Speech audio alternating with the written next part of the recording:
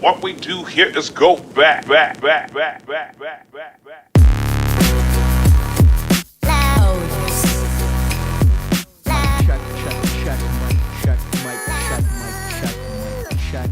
Is this shit on? It's on. Mic check. It's the InnerViews Podcast, episode number 66666666666. Only because we're from Toronto, it's only right that we intro it like that. You probably thought we weren't going to be back. I feel like I'm going to say this every week because we are doing this one day later than we normally do, but we're busy. A lot of games this weekend. TFC later on tonight as we're recording, so this may be a shorter podcast than normal, so that means you don't have to hear me ramble for as long as I normally do. But as you know it is beautiful outside. I wish we could have done this outside, but we can. It's your boy Tyrrell here with the boy Fabs, my other half, the man, the legend, the men of all men, the catalyst behind us, the heartbeat. I don't even know. I'm running out of... Those are a lot of, what do they call them? Superlatives or whatever. I don't even know what they call that. All that shit. But you know how important you are to this, and it's Team effort. You're like we were talking about Drake. You're Drake, I'm 40. I'm the man behind. You know, you take the spotlight. But you're better than 40. Oh, I don't know about that. We're trying to get 40 out of here. You're the new one. You're the new wave, man. I don't know about that. It's all about you. It's been it's beautiful outside. Tremendous. So when it's nice outside, I feel good. Likewise.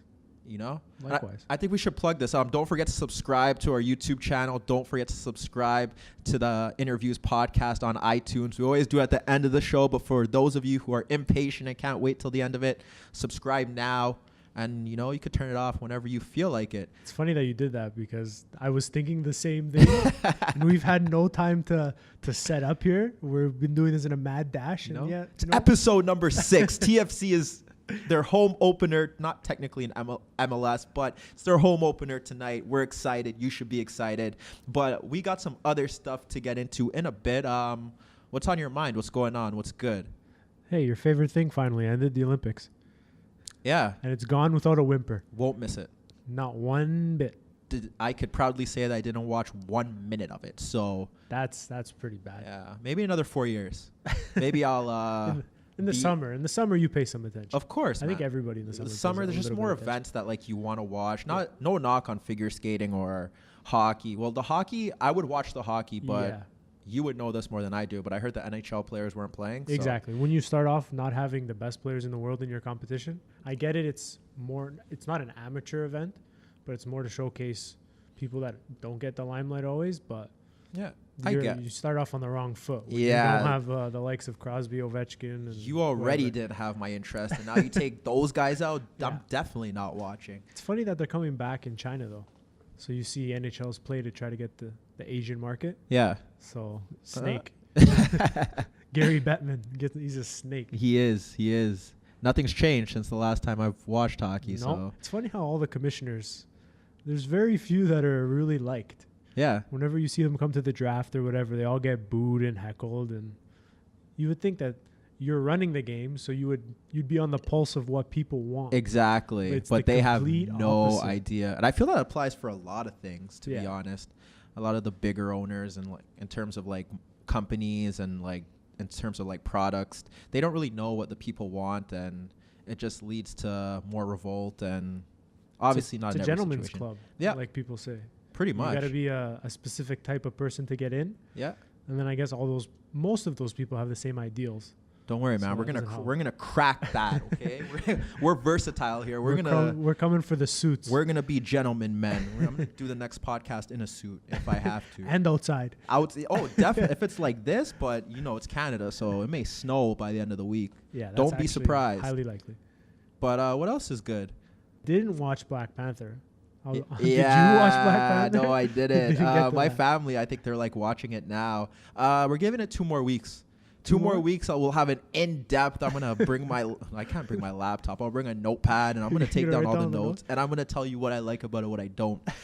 Anyone that's talked about it, I've completely shut them out. So don't worry. I don't know what happened. I don't know who is who. And I'm looking forward to it in about 2 weeks' time. All I know is that Jesse Lingard did some sort of celebration. Yeah. That sort of rivaled something from the movie. I don't know. Yeah, I got a lot to say about those United players in a bit. Leave it to him to stay current. Him and Pogba are always good always. for a dab or a Millie Rock. And, you know, I salute them for staying relevant and staying up with the times. And, I mean, you as a footballer, you deserve to have a life as well. But at the same time, man, like, maybe this is the reason why you guys aren't fighting for a title.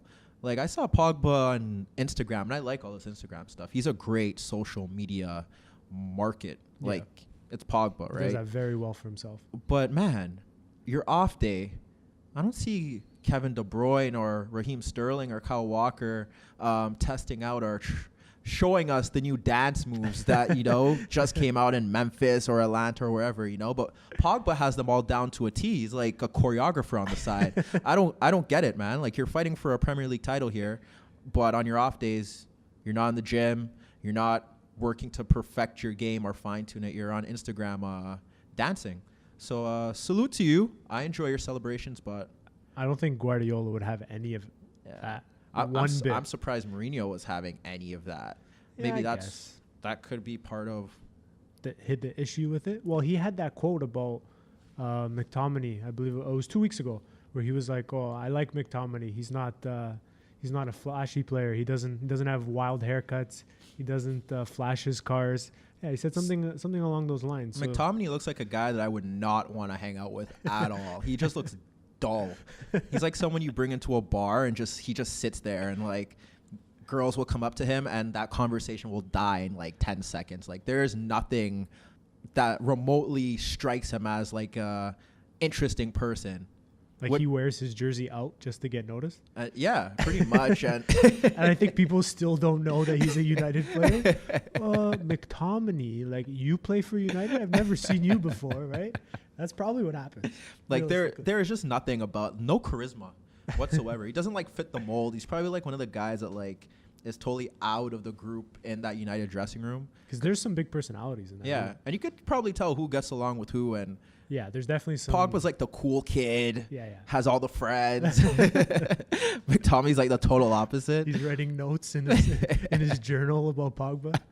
And now he finally got one up on him. He's been playing consistent. Yeah, he may be on the team sheet before Pogba. Hey, it's happened once. It might happen again. Hey, that's a big shout to him. Salute to him. Yeah, he did well. I'm happy that we're not getting into me. I had one rant for this week. The week flew by. Let's have it. I almost forgot that today was, as we're recording this, Tuesday. It's not a big rant. We could talk about it any other day. I don't know, man. I was in Scarborough yesterday, and Scarborough's on the east side of Toronto. If you listen to Drake, he usually talks about it. Kennedy Road, those ends. Scarborough's a different place, man. It's a different world. Different air. I'm pretty sure they drink different water. Just a different breed. Shout out to all the Scarborough people. This is no offense to you, people that I know. But I'll happily say, for those that take the transit, you will never catch me east of your Yonge and Bloor unless I have to be there. Like, I'll never willingly go there. And for those that drive, I will never go east of Yorkdale. That's like, willingly. You're like, putting yourself in a box. Like, there is nothing out there for me, man. I just experienced some stuff this week, and I'm just like, two different sides of the. You would think that Toronto isn't that big, but the contrast between life east of Yorkdale, east of Yonge and Bloor, compared to north and west and south of it, it's just, out of this world. But that would be a whole nother podcast. I have a lot of soccer stuff to rant about. I'm in a good mood, but I'm in a ranting mood. So just to go off of that, I feel like you've been in different places in the world. I've been a couple different places, not very many, but I feel like living in Toronto is different. Like, there's different worlds in like all these pockets everywhere. You can go in the city, you can be north and it's one feel, and like you said, you can be east and it's a completely different feel. And I wonder if it's like that in other cities, because I don't get that anywhere else I've been. I'm pretty sure it is. I just don't know if it's as like wild. To this extent. Yeah. Anyone that comes to Toronto, don't go to Scarborough. Like, there is nothing there for you. Well, I think when you pick up the pamphlet that says, like, welcome to Toronto, it's probably not a thing on there. Like, they got some nice little Greek spots, but, like, that's kind of like East York. I'm talking about Scarborough. I'm talking about, like, Warden, Victoria Park on. There is nothing out there for you. Don't go there. Save your time. And we just lost all our listeners in Scarborough. Hey, that's fine. I don't want play it. I don't want y'all. We love everyone. Male, female, white, black, yellow, green. I'm holding. Yo, man, Tyrrell does it. Scarborough is just that totally changed my week. So at least you're in a good mood now. I'm in a great mood. I enjoyed a lot of the games that took place this week. We don't got a lot of time, as I'm gonna probably repeat over this next hour or so. Don't forget to subscribe to the InnerViews podcast. Don't forget to subscribe to the interviews on YouTube. Get that done now. But what game are we getting into first? I feel like across the board, it was like a fairly good weekend. Yeah. Like throughout the leagues. And this weekend's going to be even more nuts. I'm sure we'll touch on that at some point. But it's we almost always start in England, and I feel like it's warranted. Yeah. 90% of the time. And for sure this weekend it's warranted again. And so are we starting with the Premier League, or are we starting with the Carabao Cup Final? I'd probably say you go with the cup final just because it is what it is. And okay. City cruised.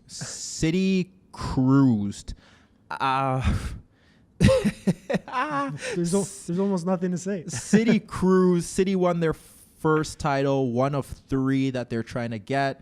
They look like they're going to wrap up the Premier League in a few weeks or so. If it's technically it's wrapped up, but you know what I mean, paper, right? On paper, exactly.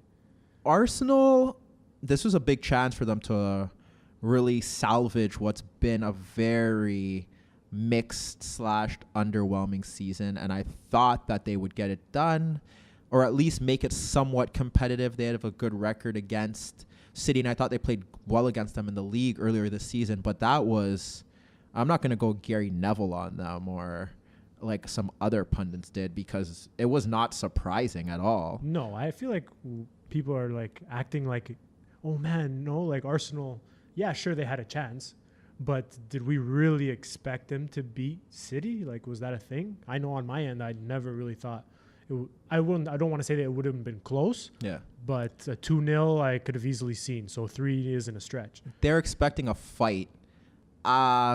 The only fight that they got was from Jack Wilshere. Yeah.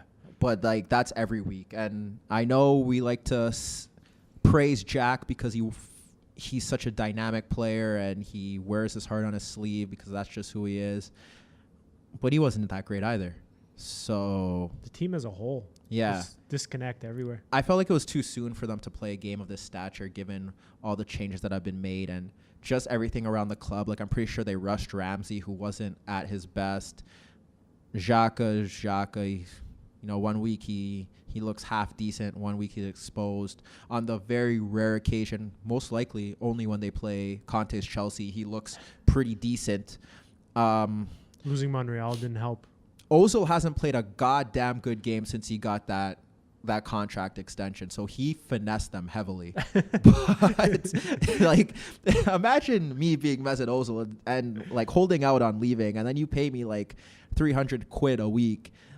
Damn straight, I'm not gonna play that great when you leave me with this mess. I think Wenger's like doing him dirty, like putting him out on the right.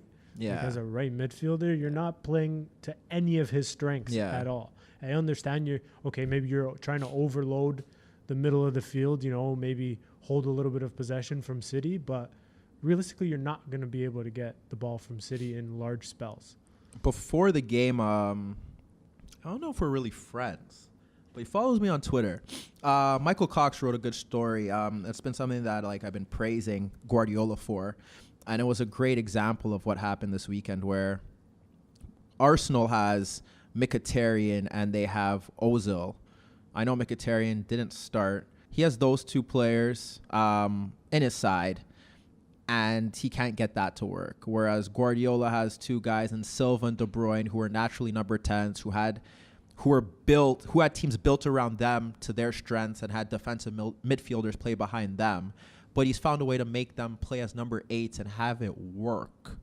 And maybe that's the difference between Wenger now and Guardiola. And the vast contrast between where Arsenal want to be and where they are. And we look at the game. Kevin De Bruyne didn't even really have a good game. He was played out wide. Wasn't his best game of the season. Probably one of his poorer games. He was just okay. Yeah, not to say that he was bad, and but it's it wasn't. Funny that we're saying he was just okay. Yeah, and yet it wasn't good enough. Yeah, it was more 4-2-3-1 from what I saw, and they had Gundogan kind of sit closer to Fernandinho, and look, it was just bad defending. The first goal, the Aguero goal, was like ridiculous. Mustafi, who has a tendency of not playing well in these big games and making crucial mistakes. If there was ever a mistake to make, it wasn't that one. Yeah. And Aguero finished it superbly. And his cup record in terms of goals isn't that great, but that was a great way to get it off his chest. I can't really think of a time when Arsenal really troubled City apart from those Aubameyang balls over the top, the balls over the top to Aubameyang. And one time Bravo almost got caught out. And this is a reason why Claudio Bravo is not the starting goalkeeper for Manchester City, or we'd probably have the situation that they had last season. And Ederson is a huge improvement, and we saw it there once again. We saw it in the FA Cup when he should have saved that shot. I don't really have much to say, man. The one thing I'm going to say is that I'm very happy for Vincent Kompany. He's, from what the commentator said, 15 muscle injuries in the last 8 years. That's rough. Captain of Manchester City. He bleeds Manchester City blue blood. He was once, arguably, you could say he was a top 5 center back when they won the title, their first title under Mancini. He was the best center back in the league when they did that. Injuries and the fact that they failed to replace Gareth Barry and Nigel de Jong for so long kind of ruined his career. And I feel like if this is his last season at the club, given his injuries, this is a great way for him to go out. You saw how important the goal was to him. And what really caught me was how important the goal was to the City players, because a lot of them aren't winners. A lot of them were never winners. Kevin De Bruyne has never won a league title in a major league. Raheem Sterling came close. Leroy Sané hasn't. Bernardo Silva just did, but Kyle Walker as well. Kyle Walker hasn't won a cup. Yeah. He never won a cup at Spurs. David Silva is the only person that has. Sergio Aguero, Fernandinho, but you saw how much it meant to them, especially after that second goal, the celebration. And why this match is so important for me is the fact that now they can say that they're winners. Some of that young core, they could say that they're winners, and they're going to be Premier League champions, and they could build off that. And to me, that was the biggest thing I took from it. It was so important to the company. It was very nice to see him score and then have that moment with the fans and with the team. And for some of the younger players that have just come over to win. And for Guardiola to finally win, because a lot of people are, we didn't win a trophy last season. Well, he was going to win one eventually. Yeah. So the talking stops, and he's going to be a Premier League champion. And the Champions League ain't looking too shabby right now. So and you almost feel like it's all about to snowball for them. Mm-hmm. Like it's just the first of many to come, right? Because this team does not look like it's a one and done. And they're only going to get better. They're only going to get better. Exactly. Or they're going to overcomplicate things, but still get better, and they'll still be up there. I'll leave it in. It's in good hands. Yeah. You don't want it really in anybody else's hands. And I would almost argue to say in the world right now. Yeah. Who just, with the confidence that he puts in his players and everything. Exactly. And he strikes me like the type of player the type of coach, and we've seen it in the past, where he's just constantly striving for more. There doesn't seem like a let up. Yeah. One bit in the way he manages, the way he's on the sideline. There's no let up in his DNA. And then you flip over to the other side to Wenger. He looks defeated. Yeah. Not just Wenger himself, but Arsenal. It looks like it's just he's run out of options, and there's only so much he can do. And he can't vitalize the side to get up for a game of this nature, which you would expect them to come out and put up a little bit more of a fight. Yeah, and we'll see how. It'd be so funny if they went on Thursday. It'd be hilarious if they went on Thursday and give City their second loss of the season. It would be hilarious. I got nothing to say about Wenger. You know how I stand about that. One day we're gonna get it. One day you'll get it. I think it's probably gonna be the day after he's sacked. Yeah. Or something along those lines. But I'm not gonna waste my time on it. I actually stumbled upon an Arsenal Fan TV clip. I just clicked those straight away. Like I find the humor. Those are incredible. I found the humor in it. Look, Arsenal fans know what the club is. Some of them fool themselves into thinking he has to stay every year that they go on this amazing run towards the end of the season. But there's nothing left. If we're going to be brutally honest, there's nothing left. The team, they need a big shakeup. It's been supposed to be coming for years. And I feel like they're at that breaking point where even if you throw a new manager in there, it's going to take a few seasons for them to get back to where the fans think they should be. It's a bit weird that the fans think they should be there because we're closely approaching like a 15 to 20 year span where what have they really... They came second once since 2004. Done. You know what I'm saying? And that was it. What other manager in the world is getting away with that? Yeah. Nobody. There hasn't been one person. Football or soccer has totally changed in those 15 plus and years. You still have the same face leading your team with sort of the same mentality. Yeah. So, I kind of feel bad for the guy now because of where it's going and the fact that it's taken this long for many people to really come to that conclusion. But when it happens, it happens. It's sad to see them in this state, and most people expected this result. The performance is a different story, and you could rant and rave about how they should have been better or they should have done this. Look, City is clearly the better team, and even if Arsenal did play a bit better, it wouldn't change how we analyze it, because at the end of the day, we would still be saying the same things whether they showed up and put in a fight or not. We know what it's going to come down to, and God, I hope they win the Europa League, which is looking a pretty tougher competition than the Champions League in terms of who's in it and the quality, right? Not only that, with their next opponent, a hot for Milan, and there's still like Atletico Madrid in there. There's still a few other there's some quality sides. Yeah, so, but that's my bit on them. We'll get to them soon. We may have to wait till the next game because let's say they lose like 7-0, then maybe I'll have to unload on them. But so I had to entertain myself somehow during this game. Okay. So did you catch the kid crying? Did you see that kid? I saw it. 60th minute or whatever. I saw after 2-0, I believe he was like in tears. It was during the Neville rant, I think. Yeah, I stumbled upon it. Yeah. Just an absolute tear. So I wanted to know, have you ever had a sporting moment like that?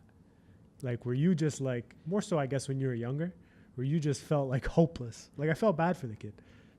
And I know I'm putting you on the spot, but like watching a team or like actually being in a game and like crying?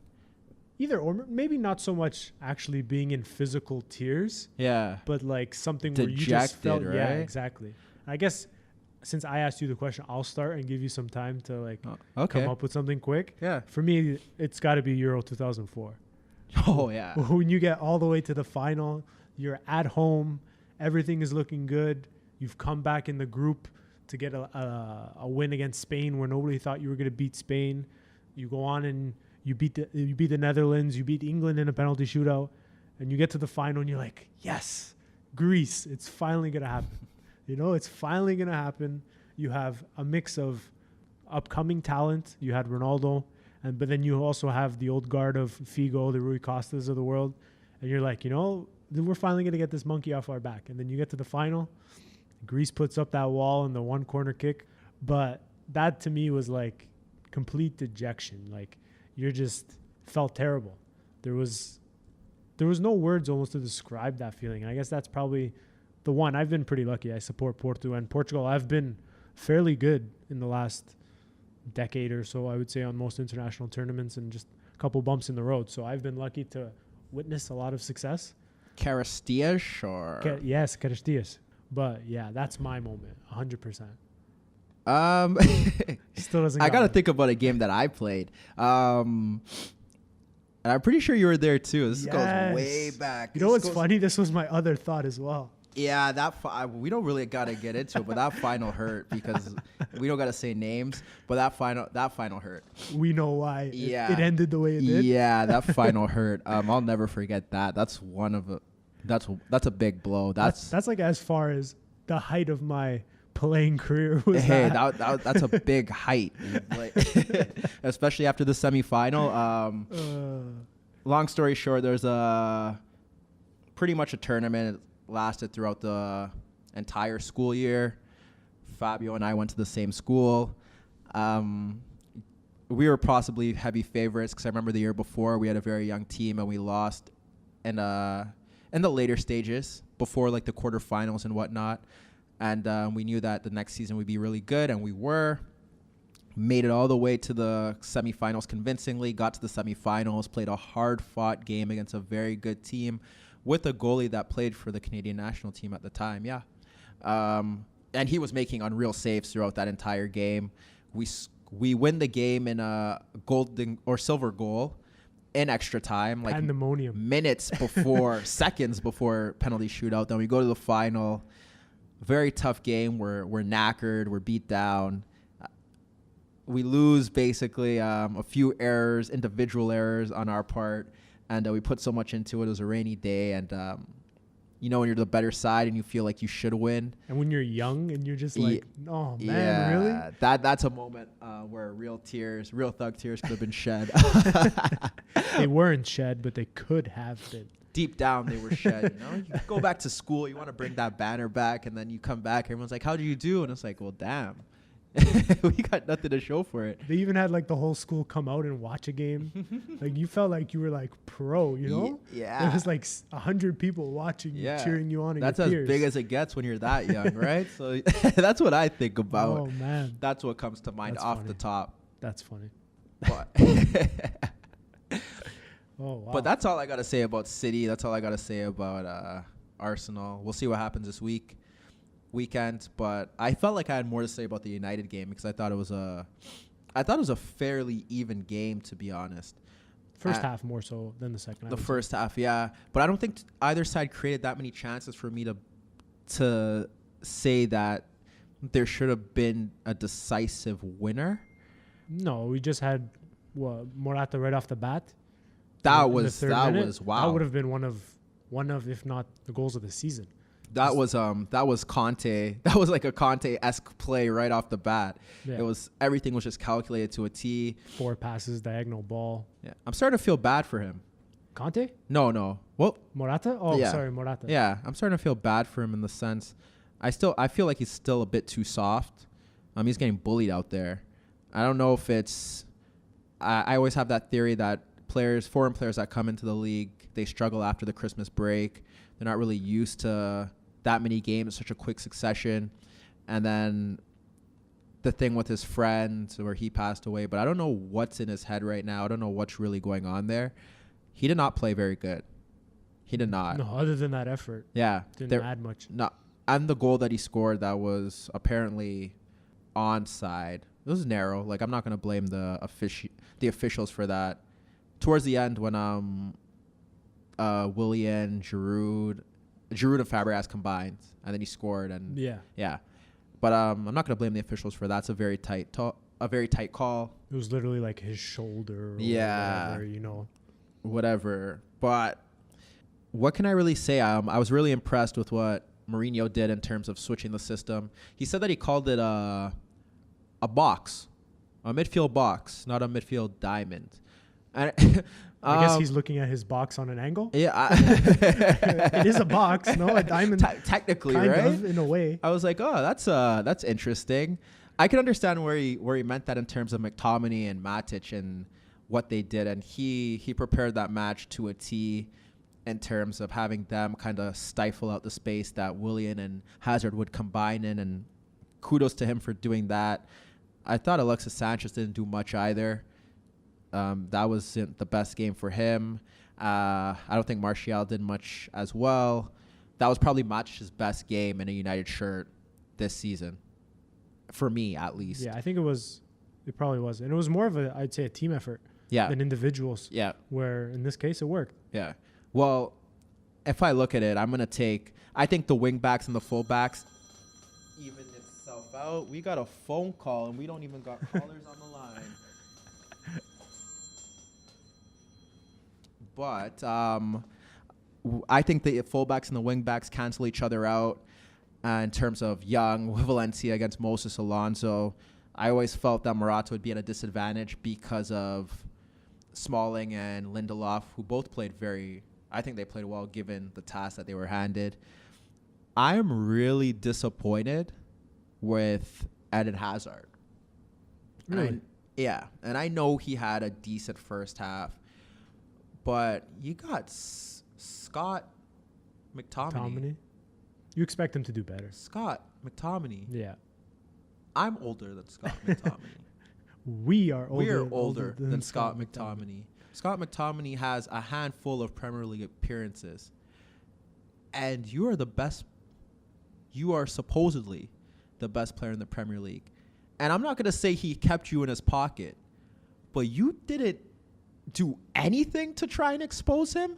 You're telling me that United, and they weren't set up in a way where they neutralized anything that Hazard could have done. He could have done something, and he did nothing.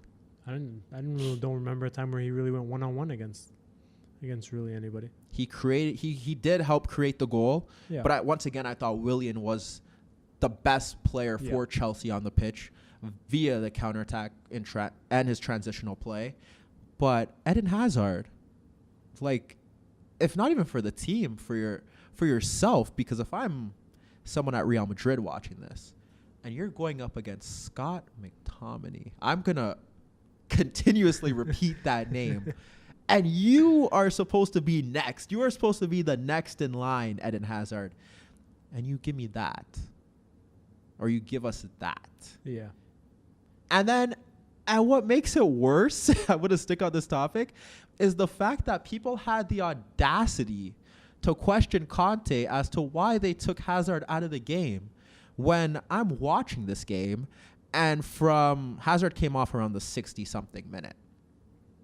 And when I'm watching this game from the 45th minute to the 60-odd minute. 72nd. Whatever, more or less. More or less. I couldn't tell you one thing that Eden Hazard did besides give away the ball. Yeah, nothing positive to show. So if I'm Antonio Conte and I'm on the bench, you're getting off the field. You need to switch it up. You have to get off the field because you're not doing anything. Yeah. So you're not taking off Willian at that point. No, and probably your best player on the field. And I'm not going to take off a striker just for the fact that that striker may score a goal, whereas Eden Hazard has this tendency where sometimes he's afraid to shoot the ball, or he's too generous, and when he should be a predator, he passes it. Yeah. So, and it was just a coincidence that after they take off Hazard, Lingard scores, and I thought that was kudos to Mourinho for making that change. They needed someone to break into the box. Alexis did not know what the hell he was doing in that number 10 role. And I'll leave Alexis for next week because I don't expect him to impress me in any shape or form next week. Yeah. So he's been yet to make an impact. Yeah, really. They played him on the left. They played him central. He's going to the right next. He ain't doing anything on the right for people that are... There's some people that they're like, oh, well, we need to play Martial on the left and Alexis on the right. Yeah. If you've watched Alexis Sanchez, you know he does not have a left foot to save his life.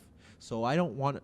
Unless he's not the type of player to go to the line and cross the ball. You want him to be a natural winger, then hey, you could do that. You're wasting him, really. Yeah. So in terms of that game, I know, you're getting to the point where United did step up their intensity in the second half. They pressed better. Alexis did come in and ensure that they didn't. That's the one thing that I give him for. He stepped up and ensured that they couldn't build play from the back. But when I look at the chances that United created, it was the Lukaku acrobatic scissor kick that Courtois saved, and then the goal. And that's why, I think they did step it up and they did play a bit better. But there was nothing from that game that suggests, to me at least, that United or Mourinho has figured it out or they found some second gear or new life. But I think it was a massive game for them to win. They had to win at home. They could take that and build from that. And the fact that Matic and McTominay played so well, the defense looked a bit better. And that Romelu Lukaku, who I've given a lot of stick to, played well again. So we've finally seen some movement out of him. Yeah, this is like a little run that he's picking up. And at a great time, to say the least. So big shout out to Romelu Lukaku. His first goal against a team in the top 8 this year. Yeah.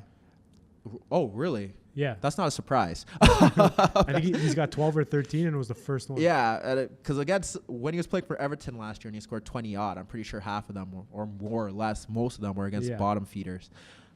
I think it's a big result for them, and they could take from that and build off that. And I think they should finish in the top 2 or 3 because Liverpool's coming around the corner. They play Liverpool very soon. There was something else I want to say about United, but it totally slipped my mind. I'm sure it'll come to you. But they looked fine. As for Chelsea now, back to where we were a little bit ago. All I'm going to say is that I don't think they're going to finish in the top 4. They're not helping their own cause. I don't think they're going to finish in the top 4. Out of the teams that are in touch with Tottenham and Liverpool, they both look like they're on better form now than Chelsea. I think to say the least.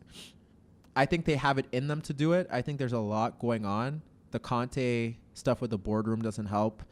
And look, if my best player can't do anything against Scott McTominay, God, there are some issues. Is he just run ragged? No. You don't think so? No. It's on him. That was on him. It was like a carbon copy of what happened against Ander Herrera last year, where he doesn't have the intelligence to just take up different positions, pick up the ball in different areas. He was just walking across the center of the pitch, looking at the ball, and there was a United shadow around him every single time. And I just expect more. And when he did drift over into those channels and got away from Matic, because Matic, as much as McTominay was following him, there are certain areas of the pitch where they're not going to follow you. Yeah. And it's about you getting on that ball and then eventually growing into the game. And he didn't do that.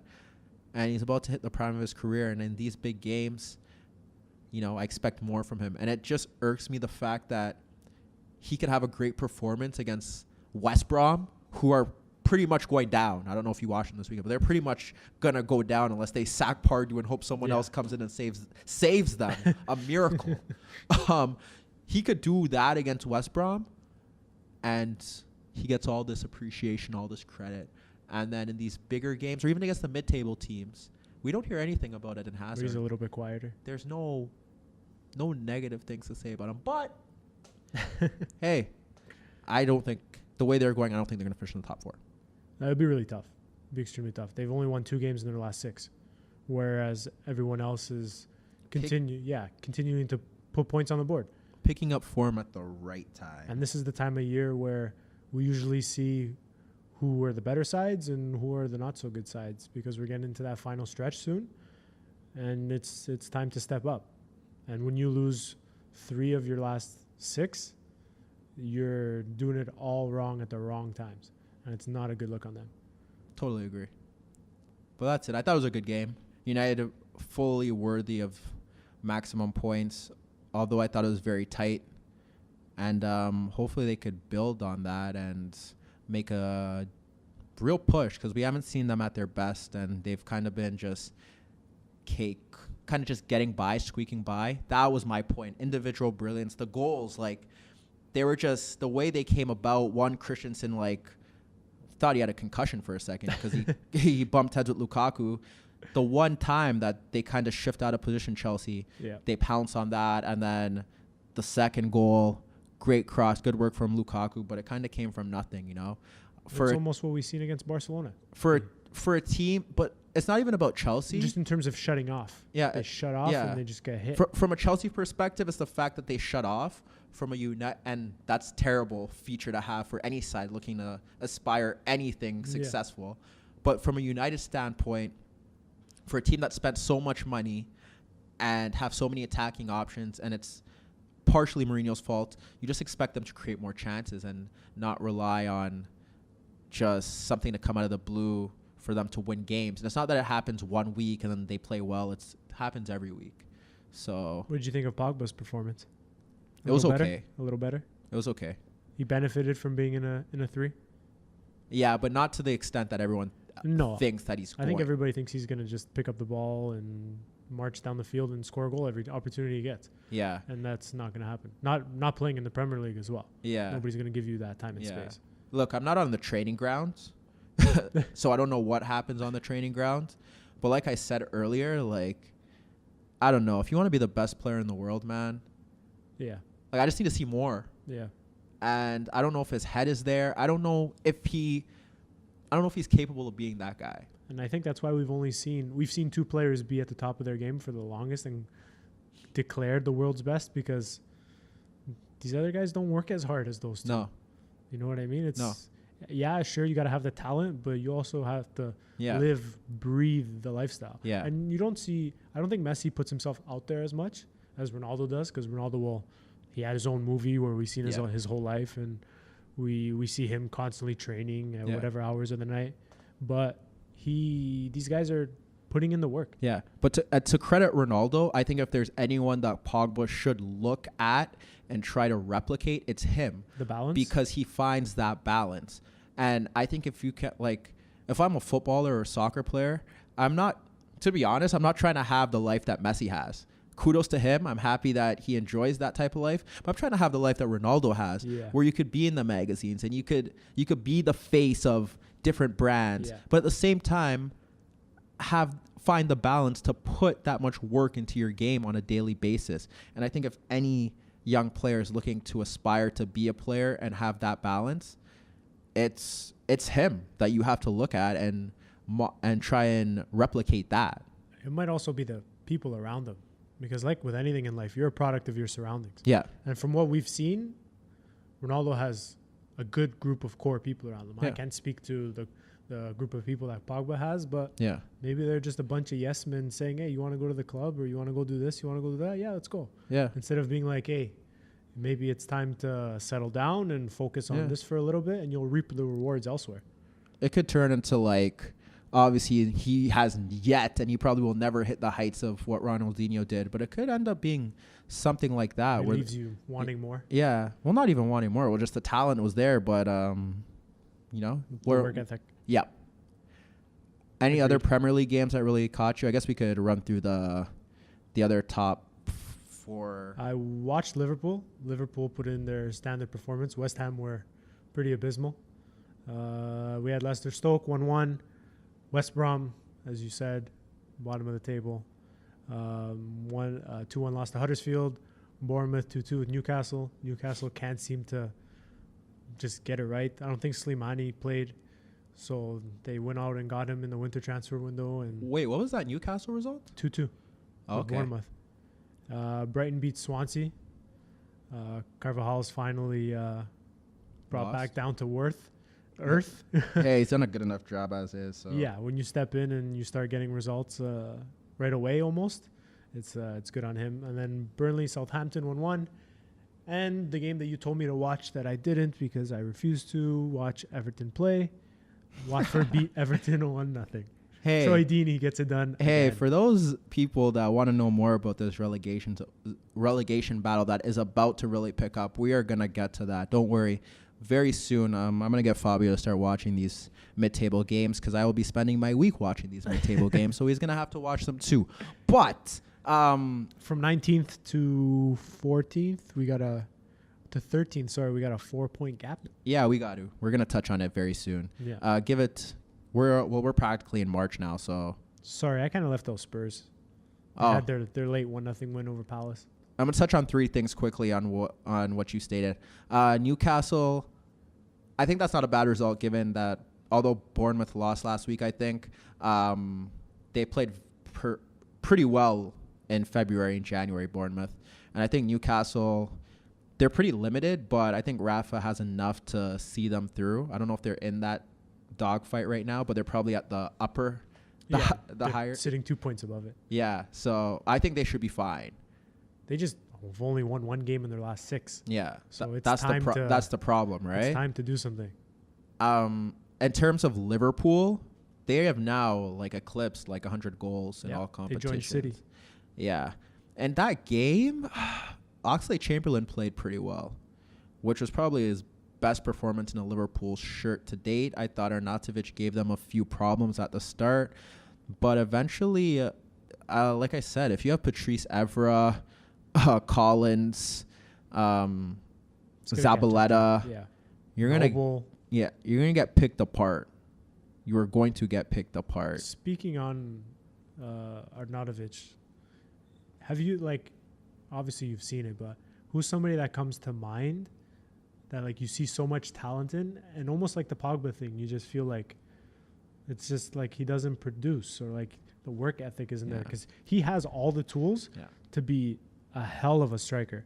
And when you see him on the ball, his ability to control as a striker and dribble is next to almost none, I would say. He's almost like Firmino in the way where he's so comfortable on the ball, but then he has the physicality to hold you off and win a ball in the air and do everything right. He was incredible, at least in that match for me, and he's been doing it all season long. He reminds me of poor man's Ricardo Quaresma in terms of just like he has the talent, but like his work, his mentality and decision making. He doesn't have the discipline. I'm talking about like off the field and in terms of his relationship with managers and how he approaches the game.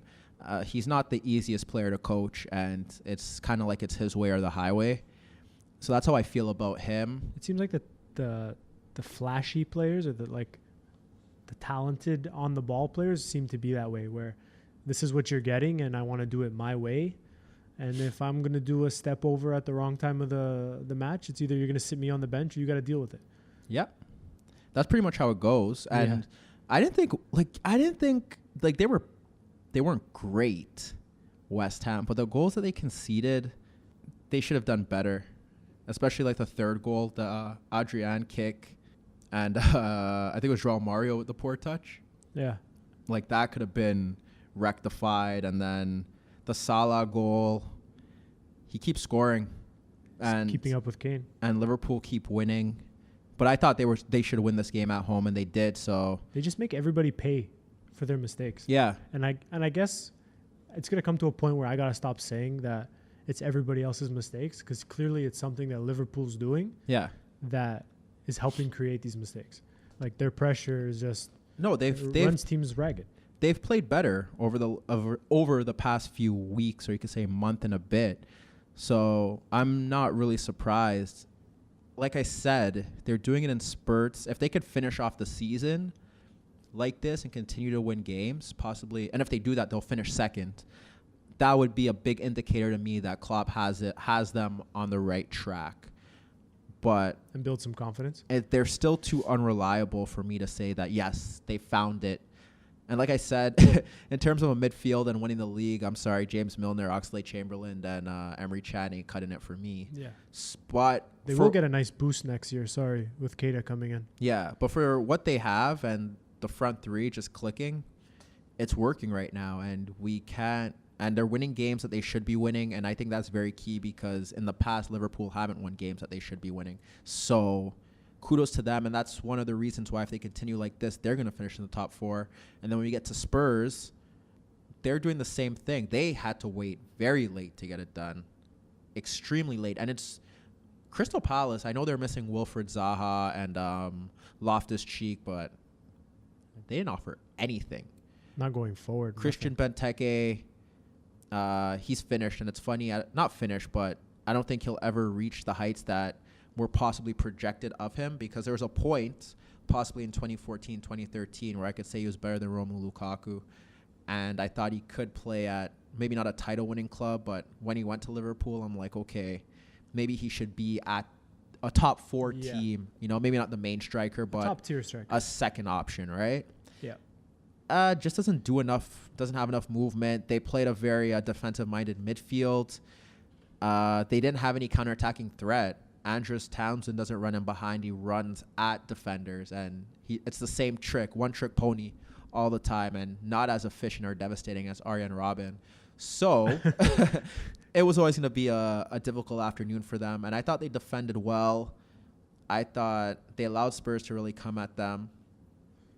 This is funny, because I remember we were having this Higuain Harry Kane debate, and I kind of went off about it today on social media.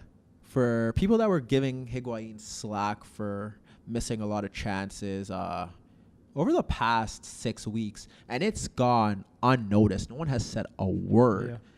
But the amount of chances that Harry Kane has missed, and in this game there were two where he is 6 yards, one-on-one with the goalkeeper, and then him and the keeper, one the Hennessy save, one he flashed wide. He still ends up scoring the winner because some poor defending from Delaney, and I thought Hennessy should have done better. And the two guys on the line probably should have cleared the ball. Yeah. But Spurs got what they deserved. They created the chances. They should have been up 3 and maybe 4. I still, in terms of their overall game, I'll make this short. I don't think Eriksen had the best game, like I said. Lucas Moura didn't really look there. I feel like Eric Lamela has finally found his feet, and I think that he might be starting over Son for the rest of the season in terms of what he brings to the team. He offers a little bit more. Yeah, and he's a good presser of the ball, very energetic. The final thing that I'll say about Spurs, I don't think Serge Aurier is what they or the world expected him to be. I remember too many mistakes. Yeah, and I don't think he's the guy to be. I think Kieran Trippier is the first choice right back for Spurs. But besides that, Harry Kane keeps scoring, Spurs keep winning, and they, like Liverpool, if Liverpool could replicate what Spurs have done in the past, where they win the games that they should win, then, like I said, Chelsea are in big trouble in terms of that top 4 race. They're hot on their heels for sure. Yeah. And these are the prototypical games that Spurs in the past haven't won. Yeah. Where they just couldn't get that late goal. Yeah, especially more so this season. Yeah. They've struggled in that aspect. Mm-hmm. And it's good to see them finally sort of pick up the pace and be consistent over a long stretch of time. Yeah. Final point, Eric Dyer should not play center back for Spurs. He should stick where he needs to. He's not. I thought he would be a much better center back because of, his characteristics would make you believe that he would be an okay roughly, but he's had a rough season playing there, and he didn't really do himself any favors over the weekend. But there goes England center back. Yeah, they're going to be looking for. I can't wait to get into that conversation. They're going to be looking for some in the summer because they're going to be looking for a lot of things. I can't name one player that starts at center back for them. Maybe John Stones, but even he's a liability. Yeah, he's proven to be that. Defensively, he makes mistakes. Not saying he's a liability, but he does make mistakes. I would even almost one-up you and say, other than Kane, Sterling, Kane, Sterling, and maybe Walker? Are any of those positions really nailed down to be like, okay, this is your spot, you got to run with it? There's not very much. I don't know who's starting at left back. Are they going to give Robertson a look? I can't think of a... God, they better hope not. He's done well, but... Yeah, he's been well, but to throw somebody like that on the world stage right away, it's probably not going to work out too well. But and then in midfield, Wilshere is starting to make an argument to get in there. A year ago, I would have said Adam Lallana, but injuries have really ruined that. Yeah, he hasn't been playing very much. Henderson as well is a guy who's fallen out of the... I don't think he should be in any World Cup starting 11 that has aspirations of winning the tournament or making it to at least the quarterfinal, so no. And then who do you have playing opposite of Sterling? Off the top of my head, I can't think of somebody to play along the right side of England. So I think... Oxlade-Chamberlain? Yeah, right? So... I would have said Rashford, but he's been in and out of the squad. And I still don't think he should be a player that is playing in that setting. Yeah, and it stems from an article I read that pointed out blatantly, like, they only have maybe 3-4 players who are consistently in rotations in starting lineups right now that can slot into the squad. Well, I feel like they're Harry Kane injury away from not making out of the group. I also do feel that he may be burned out because he's looking like he's burned out right now with all the games he's been playing, and he hasn't been injured yet for 2 months, so that doesn't really help. Never mind the starting 10. Who's going to play goalie for them? That's a whole nother discussion. Sure, you have a lot of mid-table guys, but do you have a number one? I don't think so. Dele Alli may get a start. Yeah. There's one guy I forgot. But that's a big if as well. Dyer in midfield. Basically Spurs. Yeah. Spurs and City. Spurs and City. Like in 2014, it was Liverpool when they went on that run, right? My counter argument to that, before we get off this topic, because we are running out of time before TFC plays, my counter argument to that is that over the past decade or so, at this time, you can name the England starting 11. You knew Rooney was going to be there. You knew Gerrard was going to be there. You knew Lampard was going to be there. You knew Ferdinand, Ashley Cole, and that didn't really work out. Fair enough. That's my only counter argument to that. I'm not saying that, now they don't know they're starting 11, so they're going to win. No, well, I know you know that, but people that are listening may think otherwise, so I just wanted to clarify that. Sometimes it's maybe better to have a whole bunch of options and just see who runs with their opportunity than to have guys who are like, okay, that's your spot. You don't have to work for it. Exactly. At least we know there's going to be some fight. Yeah. So in the next coming months, when you start seeing those friendlies come along, it's going to be interesting. They're going to mean something. Yeah. For teams like England who have to build a starting 11. Yeah. And it may work out in their favor, but we'll see when the time comes. I'm sure we'll definitely get into that. That would be probably one of the better podcasts that we have. Can't wait for the World Cup discussion. Anything in Spain you want to talk about? Spain was a pretty standard weekend for the most part, I'd say. Real Madrid 4-0. Barcelona 6-1.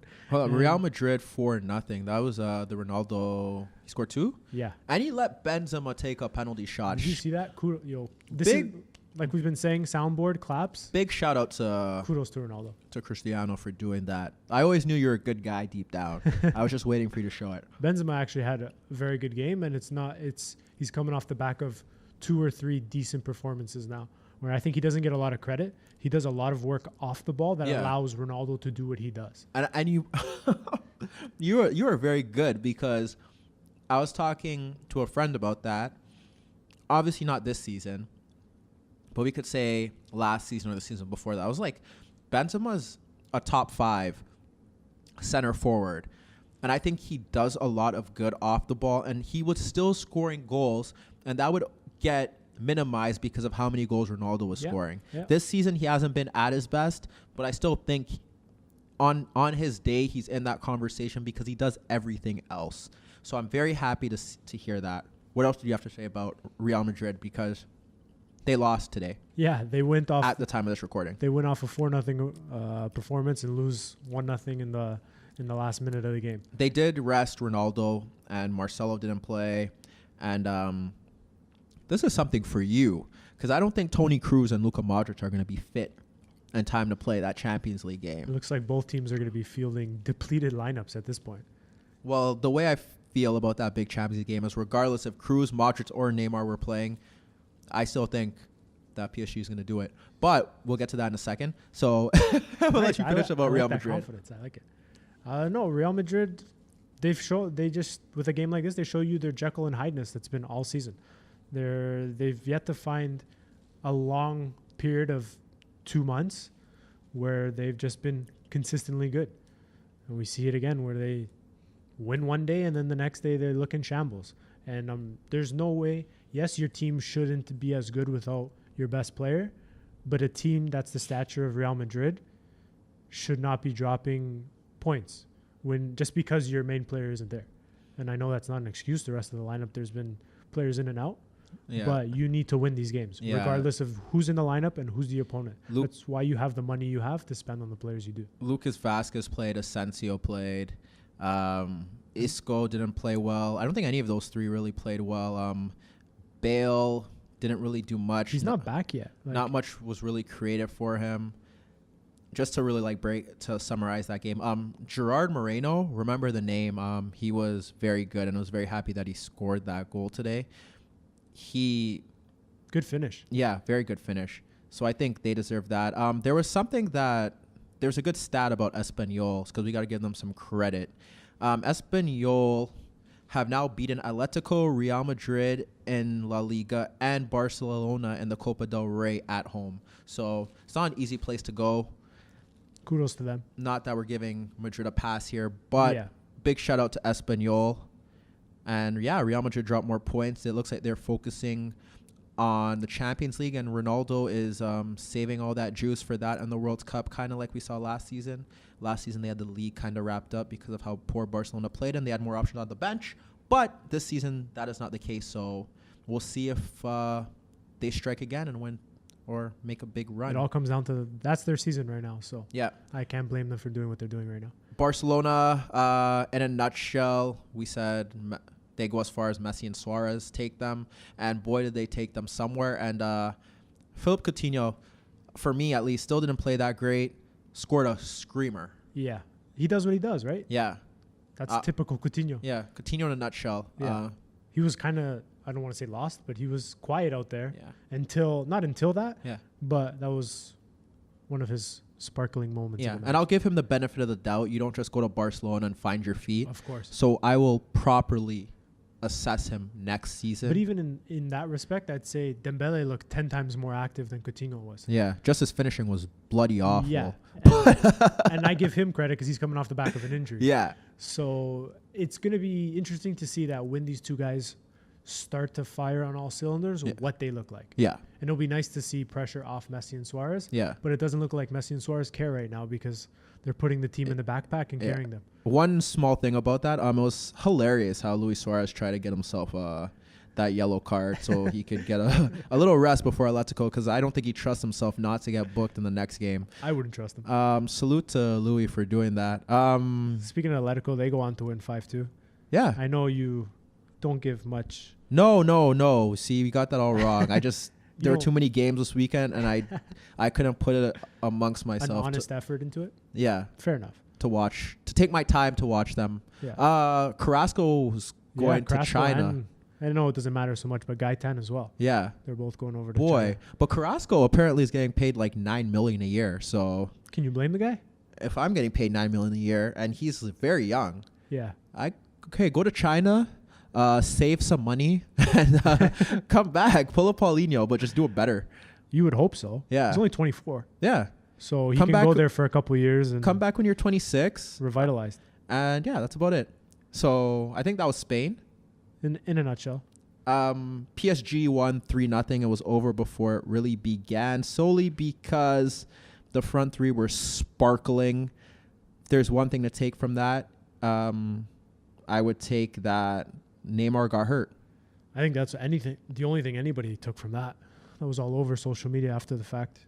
They play Marseille again this week, midweek in the Coupe de France. Yeah. And Emery is claiming that he still has hope that Neymar is going to be fit. Here is my 2 cents on this Neymar injury. Well, besides the fact they didn't really celebrate with Cavani after scoring the goal, or from what I see, I didn't see him. And from what I've seen this season, they're fine without Neymar. And I think Angel Di Maria will slide in perfectly. And I think that it's a bigger loss for Real Madrid if Toni Kroos and Luka Modric aren't there opposed to Neymar.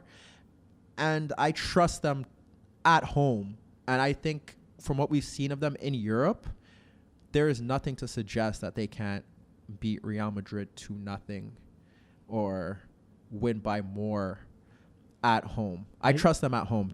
From what I've seen from them in France specifically, they've been shaky on the road. And I just think that with Di Maria there, they don't really... Obviously, they lose the flair of Neymar and his ability to win games on his own. But I think they're just more functional, more direct. I think Di Maria is more of a team...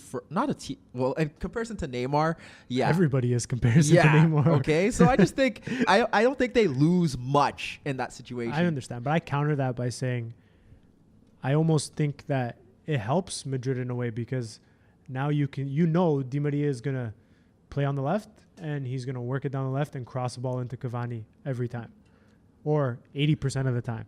So now you know what to expect. Now it comes down to you to be able to stop that. Whereas with Neymar, there's an unpredictability. You have no idea where any given moment where he's going to be and what he's going to do. They could play Di Maria on the right. It'll be interesting. I've seen it happen this season. They're going to swap with Mbappe, put Mbappe on the opposite side. I just think that they've looked good with him, and I don't think there's as drastic a drop off as the media may make it out to be. And I think that they'll be fine. It'll be a hell of a game. We hope it's a hell of a game, right? I am putting a lot of stock into them just based off the fact that I think they don't, which is really weird. I think that they're not getting enough credit and people are expecting them to fail. And I don't think they played bad at Madrid, and I think that they could. Nope. I think they can match that level or be better. Whereas I don't know if Madrid could play to the same level. Yeah. it'll be interesting a week from today. Yeah, and from what I've seen in Madrid over the past few seasons, especially on the road and in those games, they haven't been the greatest. And it depends what Madrid decides to show up, and really what resources they have. Like you said, without Kroos and Modric, We they get have to see zero options other than Kovacic. And Casemiro. Tasty. And it's going to be interesting to see how they roll with that. And Isco would have to play a bit better because he hasn't played well since that game against PSG, I think. So yeah, he seems to not be in Zidane's good books all that much, which is interesting because I find they play better when he plays. Yeah, and he's one of the players that I enjoy to watch, especially when he's on the ball. Yeah. TFC second leg MLS. We're gonna get Serie A in 1 second. It's gonna be really quick. But TFC MLS Cup. I mean not MLS Cup. CONCACAF Champions League second leg. We're gonna break that down for you. The game is right now as we speak within an hour, so we got to get to that. In Serie A this weekend, Milan continue to get the job done. We have a video on that on the interviews on our YouTube channel. Check that out. Beat Roma. Cutrone. The next Inzaghi. He's looking like it because he's looking like it. And Calabria scored a great goal as well. They defend well. To me, they're an embodiment of what Gennaro Gattuso used to be when he was a player. Yeah. Did you see him talking in Kolarov's ear? Yeah. Oh man, I love it. I loved it. I feel like if he could put on a shirt, he would put on a shirt and go out there. And if his body didn't go, he would probably play forever. Yeah. So. Yeah, they look great. Firing on all cylinders. I'm really hoping that they can make this a little bit of a Champions League hunt. A push, yeah. Along with the title hunt that's happening. Juve didn't play this weekend. Snowstorm, odd. But as long as the snow stays there, we're okay. Yeah, for real. Keep it there. And Napoli cruised. And I think that if they continue to keep winning, because I don't know if they could beat Juve head-to-head. It's going to come down to that. But if they could hope that it doesn't come down to that, I think they're going to win the title. But if it does come down to that, I wouldn't put my money on them. Because I don't know if they could play for a tie. I don't think they're built that way. And I don't think they could beat Juve head-to-head. Yeah. So kudos to them for giving us something to watch on a weekly basis, too. Yeah.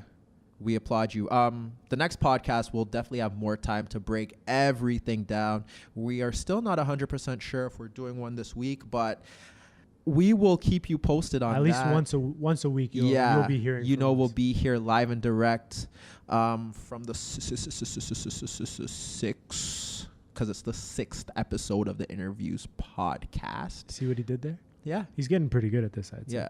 I mean, like we gotta advertise this on the daily or every episode because apparently I only do it at the end. That's on both of us. Don't worry, it's not just you. But we got a big TFC game to watch, even though it looks like it's almost over. But is there anything else that you want to add? The only other thing really of note is Bayern drew, but that really is far from noteworthy, to be quite honest. Yeah, and Lewandowski didn't score. Yeah. Coming off the back of your stat last week, I feel like you jinxed it. And it was 0-0. Exactly. That's rare. Yeah. But we'll get to We'll get to everything. We got so much time. You just got to listen and be here every week and let us do what we do, and hopefully you guys enjoy. But like I said, don't forget to subscribe to our YouTube channel, The InnerViews. Don't forget to subscribe to us on iTunes, The InnerViews Podcast. It's your boy Tyrrell. It's your guy Fab. And we hope to see you, or we hope that you guys listen next week because we'll be here. And this outro or this conclusion won't be as corny as it was this week. And we hope you guys enjoy. And we out. We out.